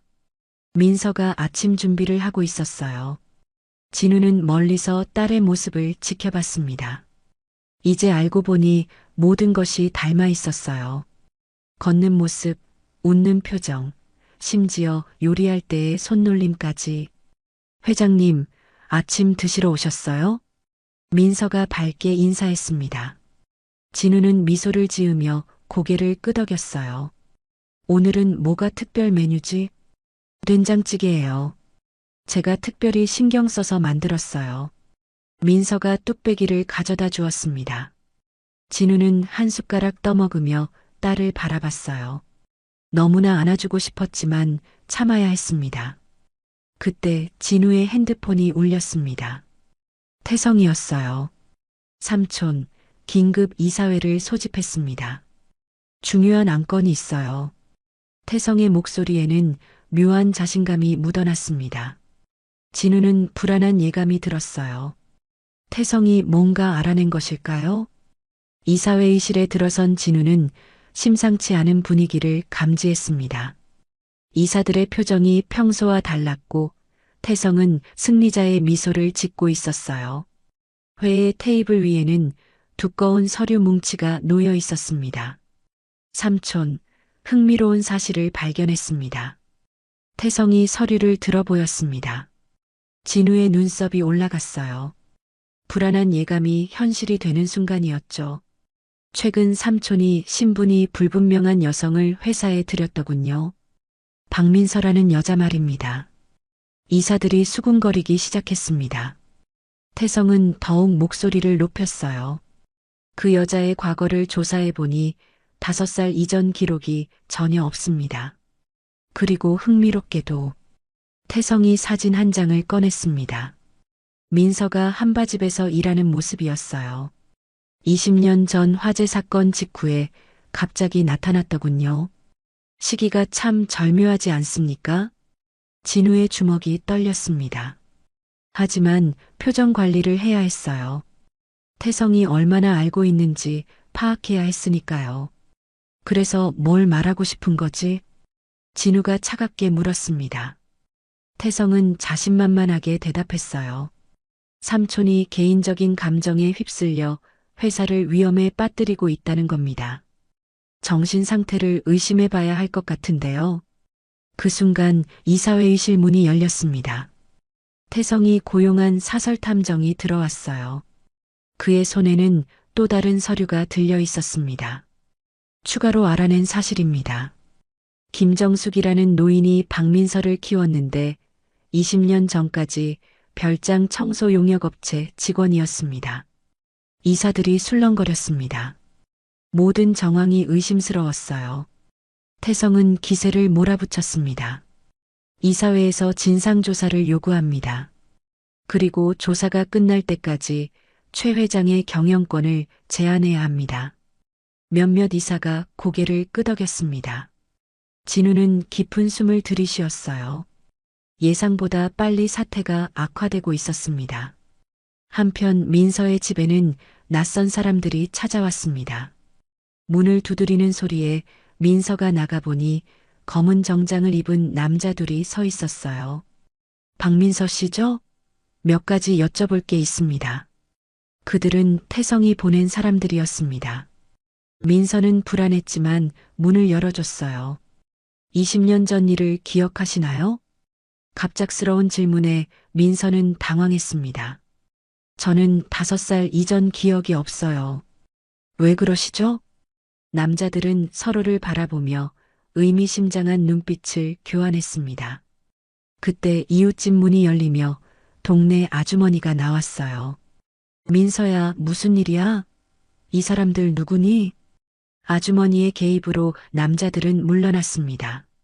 하지만 떠나면서 명함을 놓고 갔어요. 생각나는 게 있으면 연락 주세요.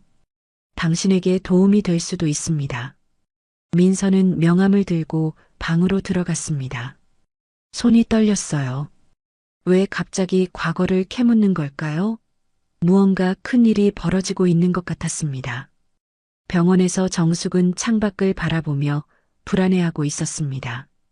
간호사가 들어와 혈압을 재려했지만 정숙은 계속 무언가를 중얼거렸어요.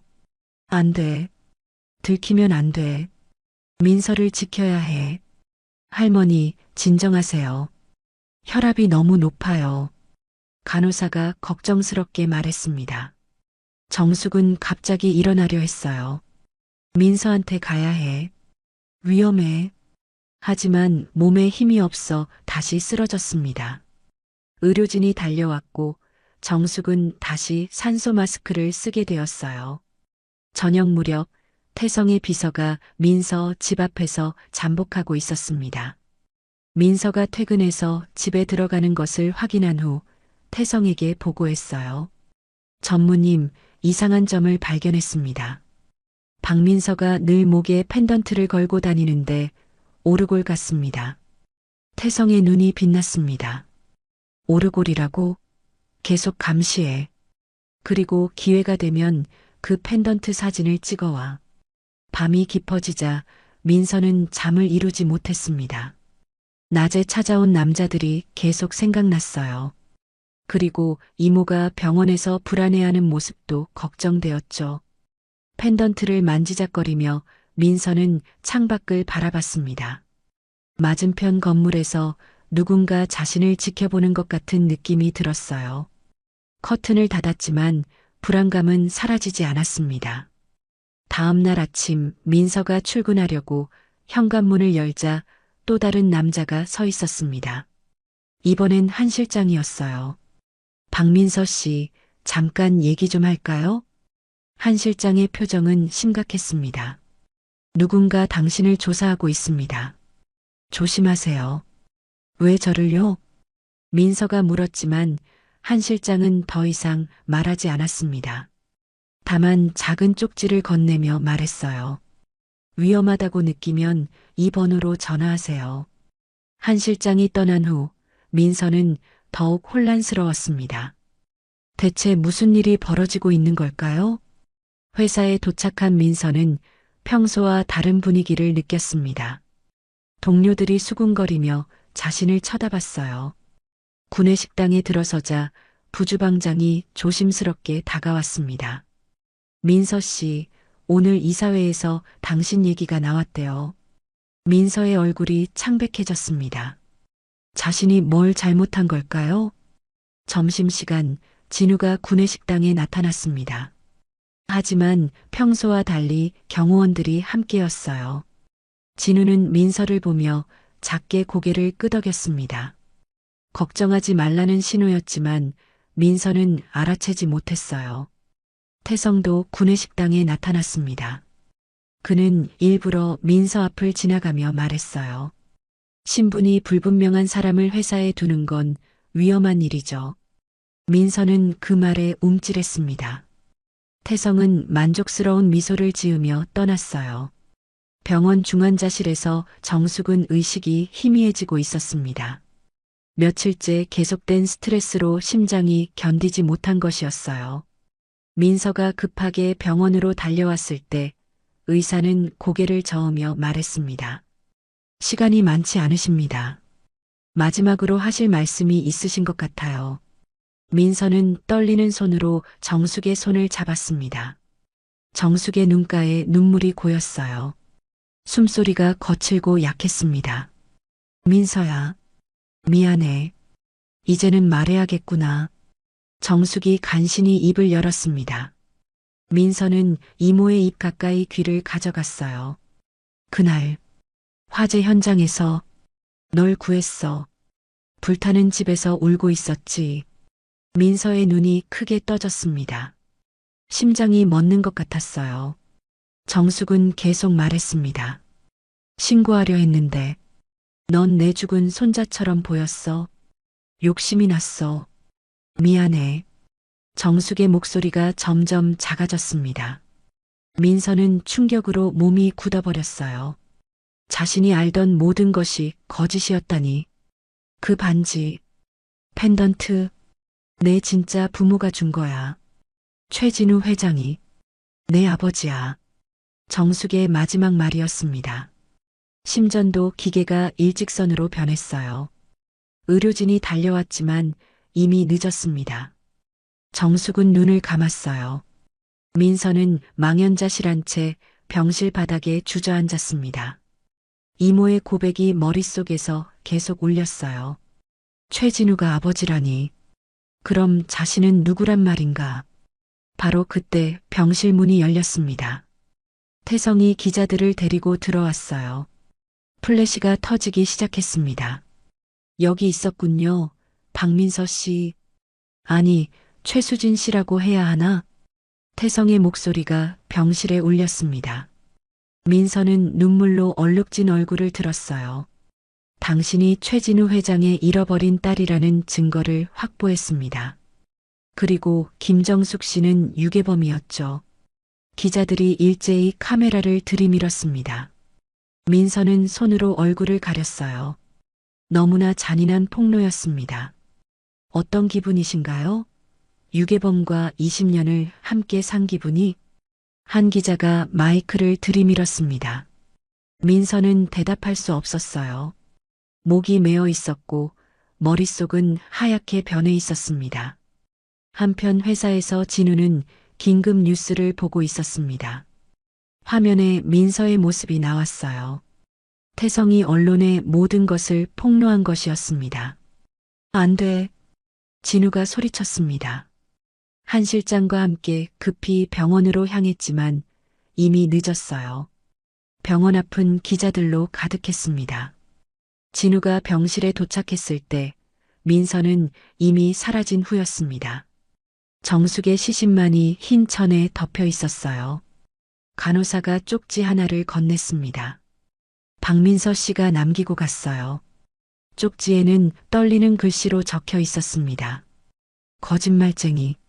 모두 거짓말쟁이. 저는 당신 딸이 아니에요. 진우의 손에서 쪽지가 떨어졌습니다. 딸을 또 잃어버린 것이었어요. 회장님, 한 실장이 진우를 부축했습니다. 진우는 가슴을 부여잡고 쓰러졌어요. 심장이 불규칙하게 뛰기 시작했습니다. 민서는 빗속을 달리고 있었습니다. 어디로 가는지도 모른 채 무작정 달렸어요. 지나가는 사람들이 이상한 눈빛으로 쳐다봤지만 상관없었습니다. 그저 모든 것에서 도망치고 싶었어요. 핸드폰이 계속 울렸지만 받지 않았습니다. 화면에는 수십 개의 부재중 전화가 떠 있었어요. 회사 동료들, 한 실장, 그리고 모르는 번호들까지. 결국 민서는 한강 다리 위에 멈춰 섰습니다. 비에 젖은 난간을 잡고 아래를 내려다봤어요. 검은 물결이 소용돌이 치고 있었습니다. 이모. 아니, 김정숙 씨. 민서가 중얼거렸습니다. 이제는 뭐라고 불러야 할지도 모르겠었어요. 20년 동안 가족이라고 믿었던 사람이 자신을 납치한 사람이었다니. 그때 뒤에서 누군가 다가오는 발소리가 들렸습니다. 진우였어요. 그는 병원에서 쓰러진 후 의식을 되찾자마자 민서를 찾아 나선 것이었습니다. 민서야. 아니, 수진아. 진우의 목소리가 떨렸습니다. 민서는 뒤돌아보지 않았어요.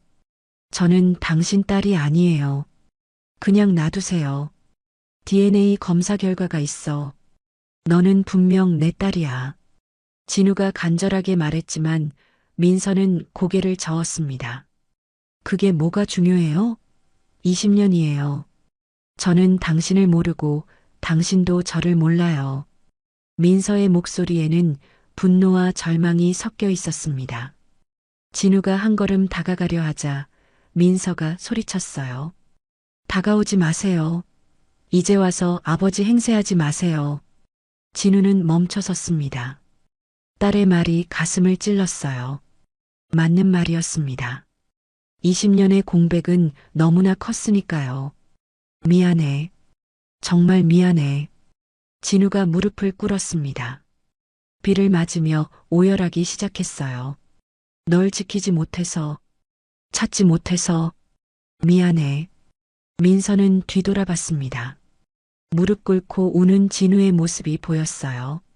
강력한 재벌 회장이 아니라 그저 딸을 잃은 한 아버지의 모습이었습니다. 하지만 민서는 돌아서서 달려갔습니다. 진우는 일어서지도 못한 채 딸이 사라지는 것을 지켜봐야 했어요. 그날 밤 뉴스에는 충격적인 소식이 연이어 보도되었습니다. 최진우 회장의 잃어버린 딸 발견, 유괴범의 죽음, 그리고 딸의 실종까지 온 나라가 이 사건에 주목했어요. 태성은 자신의 사무실에서 뉴스를 보며 만족스러운 미소를 지었습니다. 계획대로 되고 있었어요. 이제 삼촌은 완전히 무너질 것이고 회사는 자신의 것이 될 것이었습니다. 민서는 20년 전 화재 현장이었던 폐별장터에 도착했습니다. 비는 그쳤지만 하늘은 여전히 먹구름으로 뒤덮여 있었어요. 무너진 건물 잔해와 검게 그을린 벽돌들이 여기저기 흩어져 있었습니다. 잡초가 무성하게 자란 폐허는 음산한 기운을 내뿜고 있었죠. 민서는 떨리는 다리로 안쪽으로 들어갔습니다. 발밑에서 깨진 타일 조각이 바스락거렸어요. 이곳이 자신이 태어난 집이었다니 믿기 힘든 현실이었습니다. 무너진 계단 근처에 주저앉은 민서는 오열하기 시작했습니다. 가슴 깊은 곳에서 울음이 터져 나왔어요. 20년 동안 믿어왔던 모든 것이 거짓이었다는 사실이 너무나 고통스러웠습니다. 왜 이런 일이? 민서가 흐느끼며 중얼거렸습니다. 펜던트를 꺼내 들고 바라봤어요.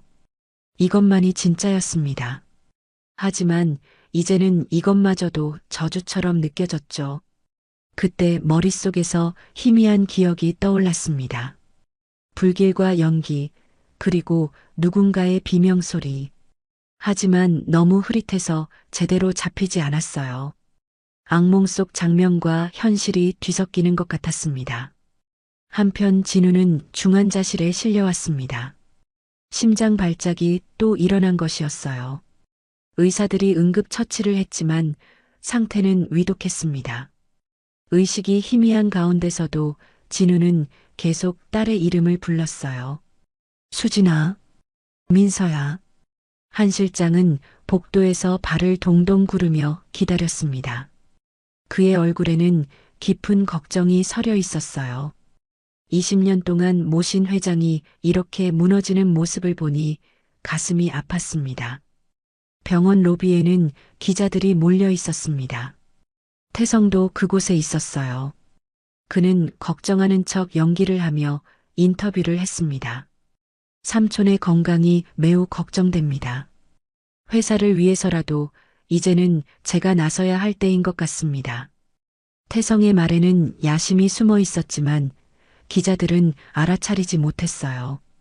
회사에서는 긴급 이사회가 소집되었습니다.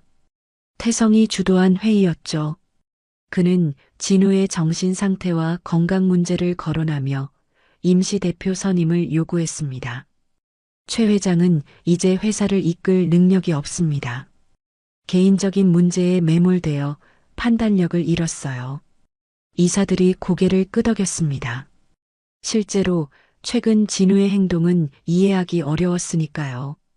결국 표결이 진행되었고 태성이 임시대표로 선출되었습니다. 민서는 폐별장을 떠나 정처 없이 걸었습니다. 핸드폰은 꺼버렸어요. 누구와도 연락하고 싶지 않았습니다. 거리의 사람들이 자신을 알아보고 수군거렸지만 신경 쓰지 않았어요. 어느새 정숙과 살던 작은 집 앞에 도착했습니다. 대문을 열고 들어가니 텅 빈 집이 그녀를 맞았어요. 이모의 빈자리가 더욱 크게 느껴졌습니다. 방으로 들어간 민서는 이모의 옷장을 열었습니다. 낡은 옷들 사이에서 작은 상자 하나를 발견했어요. 떨리는 손으로 상자를 열자 사진들과 편지가 들어 있었습니다.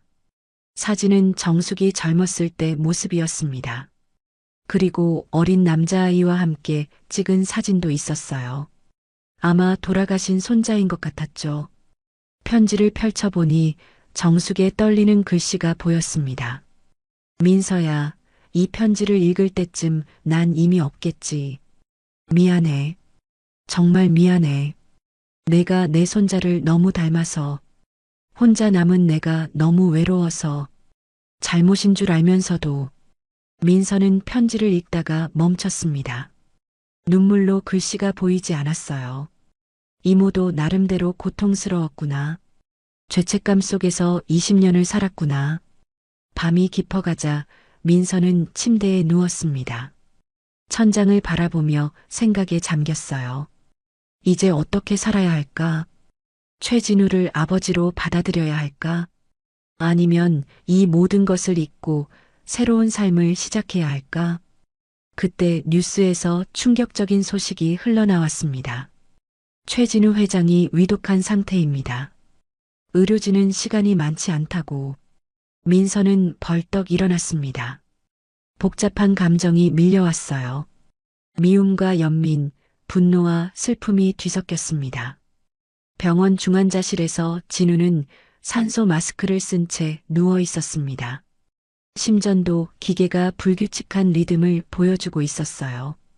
한 실장이 곁을 지키고 있었지만 할 수 있는 것이 없었습니다. 회장님, 힘내세요. 따님을 다시 만나셔야죠. 한 실장이 간절하게 말했지만 진우는 대답하지 못했습니다. 의식이 점점 흐려지고 있었어요.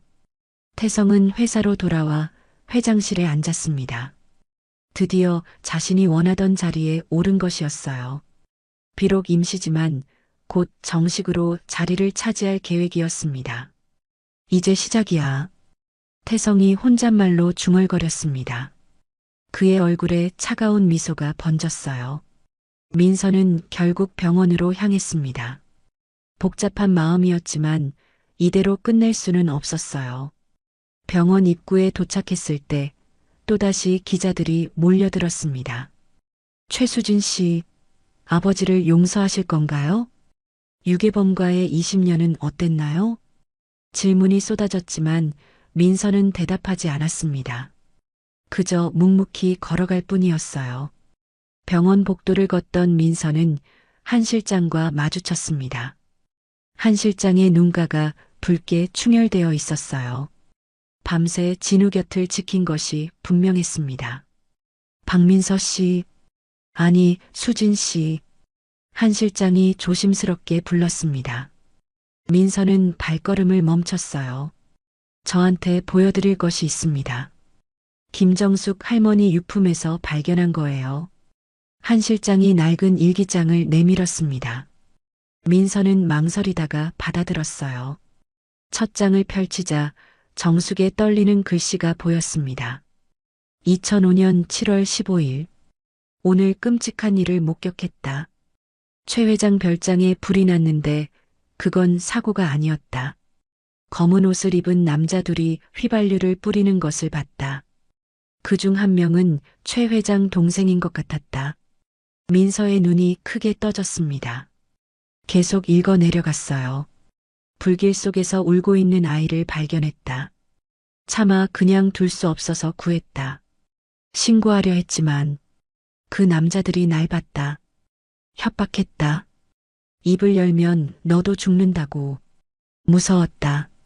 그리고 아이가 너무 불쌍했다. 민서의 손이 떨렸습니다. 정숙이 단순한 유괴범이 아니었어요. 그녀도 피해자였습니다. 아이를 키우기로 했다. 내 죽은 손자처럼. 하지만 매일이 지옥이었다. 죄책감에 시달렸다. 이 아이의 진짜 부모가 얼마나 고통받을지. 하지만 이제 와서 돌려보내면 우리 모두 죽을 것이다.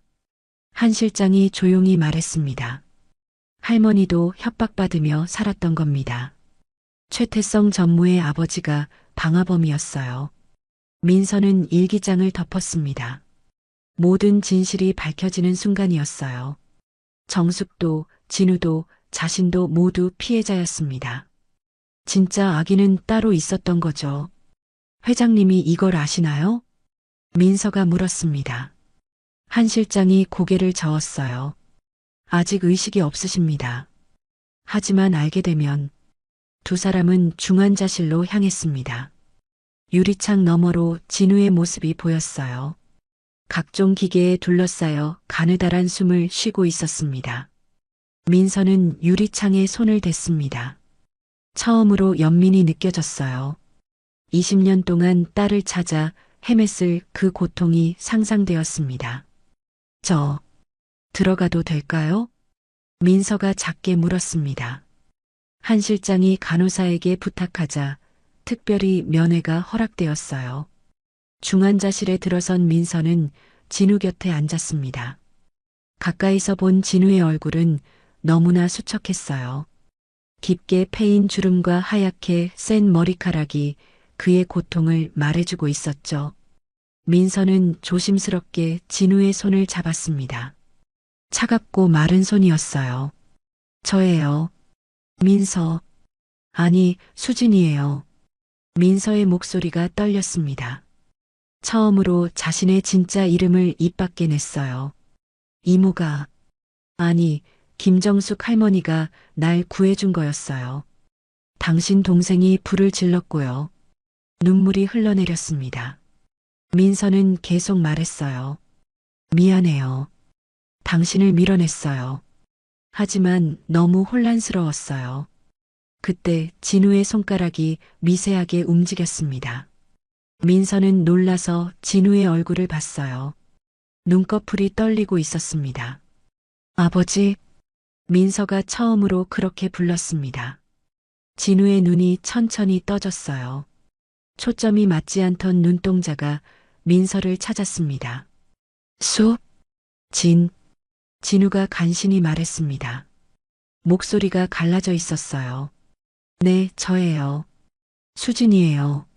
민서가 울며 대답했습니다. 진우의 눈에서도 눈물이 흘렀어요. 한편 회사에서는 태성이 대대적인 구조조정을 발표하고 있었습니다. 한 실장과 가까운 직원들을 모두 해고하려는 계획이었어요. 새로운 시대에는 새로운 인물이 필요합니다. 태성이 임원들 앞에서 당당하게 말했습니다. 하지만 그때 회의실 문이 열렸어요. 검찰 수사관들이 들어왔습니다. 최태성 씨 사기 및 방화교사 혐의로 체포합니다. 태성의 얼굴이 창백해졌습니다. 뭐라고요? 무슨 소리입니까? 수사관이 영장을 보여주며 말했습니다. 20년 전 별장 방화 사건에 당신 아버지가 연루되었고 당신도 그 사실을 알면서 은폐했다는 증거가 나왔습니다. 한 실장이 김정숙의 일기장과 함께 수집한 모든 증거를 검찰에 제출한 것이었어요. 태성은 수갑이 채워진 채 연행되었습니다. 병실에서 진우는 조금씩 의식을 회복하고 있었습니다. 민서는 그의 곁을 떠나지 않았어요. 태성이, 동생이, 진우가 힘겹게 말했습니다. 민서가 고개를 끄덕였어요. 알아요. 한 실장님이 다 알려주셨어요. 아버지는 아무 잘못 없어요. 아버지라는 호칭에 진우의 눈이 빛났습니다. 20년 만에 듣는 그 말이 너무나 감격스러웠어요. 미안해. 지키지 못해서. 이제 그만하세요. 다 지나간 일이에요. 민서가 진우의 손을 꼭 잡았습니다. 이제야 진짜 가족이 된 것 같았어요. 밖에서는 기자들이 몰려들고 있었습니다. 하지만 이번엔 다른 이야기였어요. 최태성의 체포와 20년 전 방화 사건의 진실이 밝혀진 것이었죠. 민서는 창밖을 바라봤습니다. 햇살이 밝게 비치고 있었어요. 어둠이 걷히고 새로운 시작이 다가오는 것 같았습니다. 일주일 후 신도시 공사 현장에서 대형 사고가 일어났습니다. 가스배관에서 누출이 시작되었고 언제 폭발할지 모르는 위급한 상황이었어요. 현장 근로자 50여 명이 대피했지만 몇 명이 아직 건물 안에 갇혀 있다는 보고가 들어왔습니다. 진우는 퇴원한 지 사흘밖에 되지 않았지만 긴급 현장 점검을 위해 직접 나섰습니다. 민서가 만류했지만 그는 고집을 부렸어요. 내 회사 현장이야. 직접 가봐야 해. 현장에 도착한 진우는 상황의 심각성을 파악했습니다. 소방관들이 진입을 시도했지만 가스 농도가 너무 높아 위험했어요. 그때 갇혀있는 사람 중에 한바집 박 사장이 있다는 소식이 전해졌습니다. 민서의 얼굴이 창백해졌습니다. 박 사장은 자신을 딸처럼 아껴준 은인이었어요. 그녀는 망설임 없이 앞으로 나섰습니다. 제가 들어가겠어요. 구조를 알아요. 소방관들이 말렸지만 민서는 단호했습니다. 그때 진우가 민서의 팔을 잡았어요. 안 돼. 위험해. 아버지, 박 사장님은 제 은인이에요. 그리고 민서는 진우를 똑바로 바라봤습니다. 20년 전 저를 구해준 사람들에게 진 빚을 갚을 때예요. 민서의 결연한 눈빛에 진우는 더 이상 말릴 수 없었습니다. 하지만 그는 놀라운 결정을 내렸어요. 그럼 나도 같이 가겠다. 아버지는 아직 몸이. 딸을 혼자 보낼 수 없어. 이번엔 내가 지킬 거야. 부녀는 소방관들의 도움을 받아 방독면을 쓰고 건물 안으로 들어갔습니다. 짙은 가스 냄새가 방독면을 뚫고 들어왔어요. 시야는 흐릿했고 걸음마다 위험이 도사리고 있었습니다. 3층 구석방에서 박 사장과 인부 둘을 발견했습니다. 그들은 가스를 마셔 의식이 희미했어요. 진우와 민서는 힘을 합쳐 한 명씩 밖으로 옮기기 시작했습니다. 마지막으로 박 사장을 옮기던 중 갑자기 작은 폭발이 일어났습니다. 천장 일부가 무너지기 시작했어요. 진우는 반사적으로 민서를 감싸 안았습니다. 수진아, 잔해가 쏟아져 내렸습니다. 진우의 등에 콘크리트 조각이 떨어졌어요. 그는 고통을 참으며 민서를 보호했습니다. 아버지, 민서가 소리쳤습니다. 처음으로 느끼는 아버지의 보호였어요. 20년 만에 받는 따뜻한 품이었습니다. 그녀는 큰 불에 대한 트라우마도 잊은 채 오직 아버지를 구하겠다는 일념으로 움직였습니다. 두 사람은 박 사장을 부축해 간신히 건물을 빠져나왔습니다. 밖에서 기다리던 구급대원들이 달려왔어요. 진우는 쓰러지기 직전이었지만 민서의 손을 놓지 않았습니다. 괜찮아. 이번엔 지켰어. 진우가 희미하게 웃으며 말했습니다. 민서는 눈물을 흘리며 아버지를 꼭 안았어요. 아버지, 감사해요. 정말 감사해요. 20년의 공백이 그 순간 완전히 메워졌습니다. 피보다 진한 것은 함께 나눈 희생과 사랑이었어요. 병원으로 옮겨진 진우와 박 사장은 다행히 큰 부상은 없었습니다. 민서는 두 사람의 병실을 오가며 간호했어요. 박 사장이 의식을 회복하자 민서는 그의 손을 잡았습니다. 사장님, 이제야 빚을 갚았네요. 무슨 빚이냐? 넌 내 딸 같은 아이야. 박 사장이 따뜻하게 웃었습니다. 그리고 조심스럽게 물었어요. 그런데 정말 최 회장 딸이었구나? 민서가 고개를 끄덕였습니다. 네, 하지만 전 여전히 민서예요. 그리고 앞으로도 사장님은 제 은인이에요. 그날 저녁 뉴스에서는 최진우 회장과 딸의 영웅적인 구조 활동이 대대적으로 보도되었습니다. 태성의 비리가 밝혀진 후 추락했던 회사 이미지가 다시 회복되기 시작했어요. 이사회에서는 만장일치로 진우의 복귀를 결정했습니다. 그리고 민서를 정식 후계자로 인정할 것인지 논의가 시작되었죠. 하지만 민서는 뜻밖의 선택을 했습니다. 전 경영에는 관심 없어요. 대신 화재 피해자를 돕는 재단을 만들고 싶어요. 진우는 딸의 결정을 존중했습니다. 오히려 자랑스러웠어요. 돈과 권력보다 사람을 먼저 생각하는 딸이었으니까요. 검찰 조사 결과 태성과 그의 아버지가 저지른 범죄가 추가로 밝혀졌습니다. 20년 전 방화뿐만 아니라 보험 사기, 횡령 등 여러 혐의가 드러났어요. 태성은 중형을 선고받았고 회사에서 완전히 축출되었습니다. 한 실장은 진우 곁으로 돌아왔습니다. 그는 민서에게 말했어요. 이제 진짜 가족이 되신 것 같아 다행입니다. 민서는 미소 지었습니다. 그리고 펜던트를 만지며 말했어요. 이 펜던트가 절 지켜준 것 같아요. 엄마가 늘 함께 있었던 거죠. 진우는 금고에서 또 다른 펜던트를 꺼내 민서에게 주었습니다. 이것도 내 것이야. 한 쌍이었거든. 민서는 두 개의 펜던트를 나란히 놓고 바라봤습니다. 오르골을 열자 아름다운 멜로디가 화음을 이루며 울려 퍼졌어요. 엄마가 만든 자장가가 완성된 순간이었습니다. 지금까지 한 가족의 드라마 같은 이야기를 들어주셔서 감사합니다. 이 가족에게 하고 싶은 이야기가 있거나 응원을 해주고 싶다면 댓글 달아주세요. 그럼 오늘도 건강한 하루 되시고 다음에도 좋은 이야기로 찾아오겠습니다. 인생은 드라마였습니다.